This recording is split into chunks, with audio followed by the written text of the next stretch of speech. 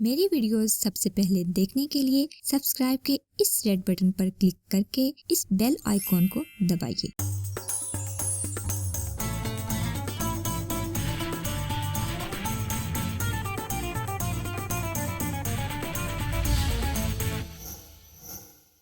अस्सलाम वालेकुम व्यूवर्स, मैं हूं मेमुना मुस्लिमा और आपको अपनी वीडियो में एक बार फिर से वेलकम कहती हूं।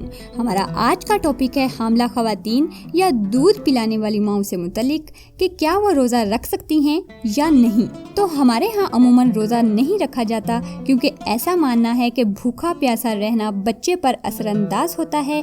ये मानना बिल्कुल सही है कि बच्चा माँ के लाइफस्टाइल को महसूस करता है। हामला औरत जब रोज़ा रखती है तो इसके बराह रास्त असरात बच्चे पर मुंतकिल होते हैं, लेकिन इबादत भी तो करनी है। रोज़ा कोई छोड़ देने की चीज़ तो नहीं।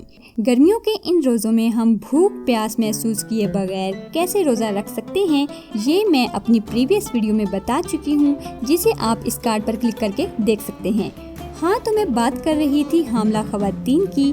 देखिए, अगर आप थोड़ी सी डाइट प्लान की हिकमत अमली इख्तियार कर लें तो आप इस अजीम इबादत की महरूमी से बच सकती हैं। मगर कैसे, वो मैं बताती हूँ इस वीडियो में, तो देखते रहिए।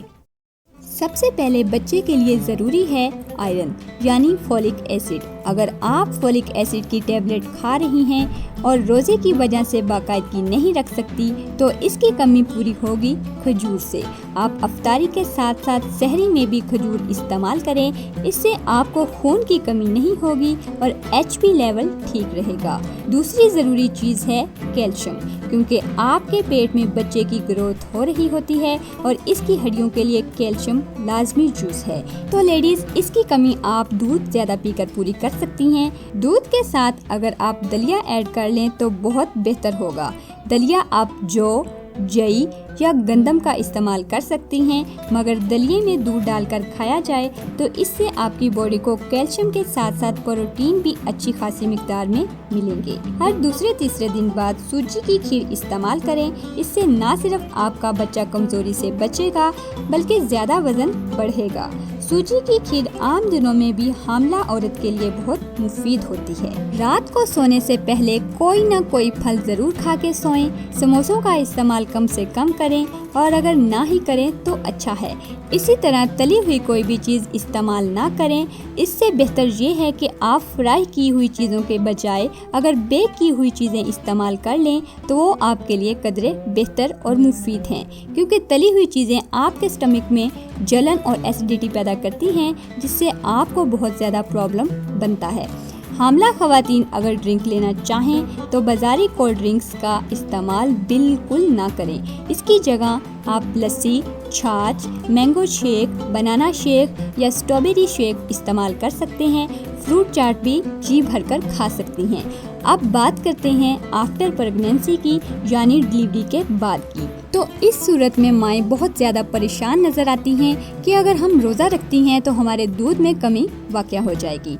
इस सिचुएशन में सबसे टॉप की चीज़ जो है वो है सूजी की खीर, क्योंकि ये ब्रेस्ट फीडिंग मिल्क के लिए बहुत ज़बरदस्त चीज़ है। इसके साथ साथ 1 चम्मच सौंफ और 1 चम्मच ज़ीरा मिक्स करके दूध के साथ फाँक लें।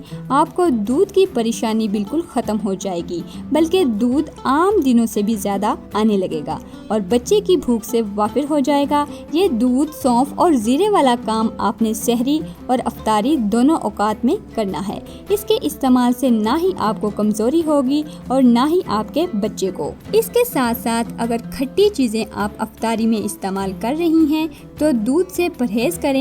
इससे आपके मैदे में जलन हो सकती है और डायरिया वगैरह होने का अंदेशा भी रहता है। इसके अलावा खाने के बाद थोड़ी सी चहलकदमी ज़रूर करें। कोशिश करें कि तरावी नमाज ज़रूर अदा करें, इससे खुद ब खुद ही वर्जिश हो जाएगी। अल्लाह रब्बुल इज़्ज़त इस रमज़ान को हम सब के लिए मुबारक बनाए और ज़रिए बख्शिश भी। सो व्यूवर्स, उम्मीद करती हूँ आपको वीडियो पसंद आई होगी, तो वीडियो को लाइक और चैनल को सब्सक्राइब करना मत भूलिए। वीडियो को फेसबुक, व्हाट्सएप पर शेयर ज़रूर कीजिए। मिलते हैं एक और नई वीडियो में, तब तक के लिए खुदा हाफिज़।